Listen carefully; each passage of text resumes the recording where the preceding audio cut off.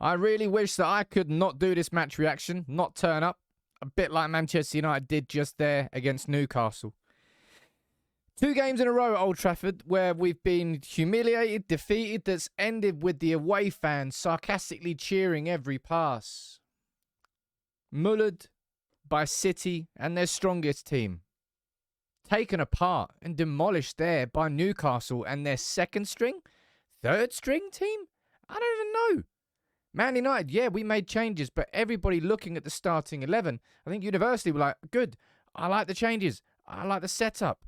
But my word, do we look totally lost. Devoid of any sort of teamwork, any sort of patterns, any sort of build-up, any sort of character. It's just petulance rather than passion is what Gary Neville said at the end of the game, and it's exactly right.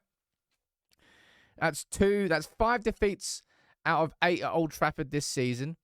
That's 2 defeats, 2 humiliating defeats on the spin. Now, losing a League Cup game or winning a League Cup is not going to be the maker or the ender of a manager of Manchester United. But Erik Ten Hag, when we had bumps before, all right, we bounced back. But Manchester United now, if we were on a slope after City, we are free-falling right now after that Newcastle game. A complete change, 7 changes from the team that got defeated by City at the weekend. And what changed? Absolutely sweet FA. In fact, we might have got worse. That was a second, third string team there from Newcastle. Now, Diogo Dalot, yeah, he had an absolute stinker. That's why he was taken off at half-time. Balls in behind. But the first goal, I don't even really want, I'll be honest, I don't want to speak about the individual goals themselves. I want to speak about the overall feeling at this football club right now. It almost feels like the team is defunct. I've put down there that we look totally lost. And look, you know full well how much I'm in support of the concept of Erik Ten Hag being given time to come through this patch that we are in. But change has to come from himself. Change has to come from his team. Look, our teams here, right, in these last few weeks, we've gone from a massively pragmatic team that got 3 wins against Brentford, against Copenhagen and Sheffield United. And then we went into the City game, and the first half and the second half, Ten Hag made a change, and it fucked everything up, really. We go from this pragmatic team to this team all of a sudden that's just this. It's like a bunch of schoolboys. Just an over-energetic, over-press across the pitch. We press individually. We're not winning the ball high up the pitch. And all of a sudden, Newcastle can just stroll in behind. Because you're looking at the players that came in today.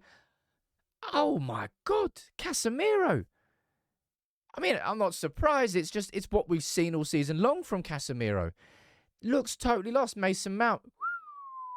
Game passed him by Hannibal. You're lucky to not get sent off in that game. Come on. How did he not get sent off? I'm very surprised that Ten Hag kept him on. And I think Ten Hag can count himself a little bit lucky. The fact that didn't actually lead to anything. But I don't get that the extreme natures of our tactics are really pissing me off. The pragmatic approach, it worked to a certain degree. But you're talking about the United way. My God, that's not it. And then we've gone here to the extreme, unorganised, overzealous press. That's a tactical. Ten Hag, what does Ten Hag change going into this weekend? All right, we changed the whole team there, and the exact same thing still happened. So it's not just that starting 11. Dropping Rashford and Bruno doesn't solve Manchester United's problems. And I'll be honest, that unto itself is probably an even more concerning issue than if United dominated it tonight and then Bruno and Rashford would show it was a form thing. But we are looking at a total team thing here, or a lack of. I'm worried for Erik, man. And the only person who can turn this around is himself. All right? In that second half, look, we bring on Rashford, we bring on Højlund, we bring on Bruno. The most creative player we had was Aaron Wan-Bissaka coming back from injury for the last, how long has he been out for? 6 weeks. Somebody who actually looked like he knew what he was doing. But nobody else did. Alejandro Garnacho, Livramento had him on toast. And that's happens quite a few times with Garnacho when he starts games. I love the kid. I love his qualities. But when he comes up against a fullback that really has his head screwed on and goes aggressive against him. I remember Leeds doing it against Garnacho. It's happened again there. But, man, I'm concerned. I'm deeply concerned Changes there were needed by Erik Ten Hag tonight. And I'll be honest, I got 10 out of 11 on the starting 11 because that's what the team I wanted to see. But it's the disconnected nature of that press. Now, I know that I think if you look at the stats this season for United, we're actually winning the ball. It's certainly not the case anymore, but after the first few games, even though after we lost to Spurs, we were winning the ball high up the pitch. But what chances did we have in that game? You had Dalot with a pop shot in the first half. You had Mason Mount that forced a save from Dubravka. You had half chances at the absolute most up against Newcastle's second string team. So don't tell me it's anything to do with the fact that we're not playing our first 11. Newcastle, they completely switched up their team. And that's the thing that's going to frustrate and annoy United fans. How can Newcastle switch up their team and all of it and still look like that? And we switch up our team? Well, so yeah, I suppose our switched up team did look exactly like our first team. Because that was almost... Where do we go from here? Because I want Ten Hag to come through this patch. I want Ten Hag to be at this club. If Ratcliffe's going to come in and get this sporting control and actually make some changes to the overall structure of our club, I want Ten Hag to be the manager in charge when that is the case. But Ten Hag has to get this team playing better. There is no excuse. Look, City are a better team than us. First half, we didn't have the measure of them. We were defensive, but it was 1-0. We were still in the game. Ten Hag made a change, and it was a clusterfuck. Tactically, he impressed me so much, I think, in that first season. Subs were changing games. He seems to know and have a grasp of the games, of the 11s, of when to change games properly. But as it stands now, try and tell me one element of that team there that you can hold on to as a positive aspect. And that's the issue. It is we're looking at complete defeats here. Complete defeat to City. Humiliation against City in the derby. And there's pretty much another humiliation. Any game where the opposition fans can sarcastically cheer every single pass is a humiliation. That is the definition of humiliation in football as far as I'm concerned. And 2 of those games are coming in a row. As I said, 5 defeats in our last 8 for Erik Ten Hag. He's got to switch it up. How does he switch that up now? What changes between... And look, Erik Ten Hag had a bounce back ability. Last season, when we had bumps, we came through it, but not anymore. We seem to be imploding as a team. And it's the second game in a row where we've been, 3-0 down, going into the last 20, and yet it turns petulant.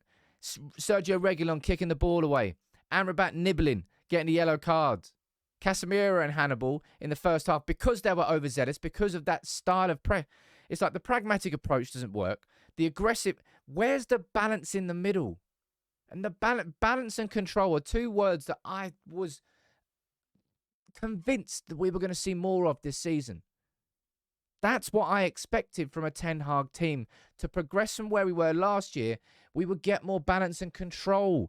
And there just is none. If anything, Ten Hag looks out of control. If anything, Ten Hag looks like he's sinking rather than swimming. And I'm worried because I know very well, as much as I can argue about, I know the fact that if Ten Hag was sacked, we would rinse and repeat the same cycle, and I just refuse to want to go into that position again. And I would rather that we wait it through and get a structure in place.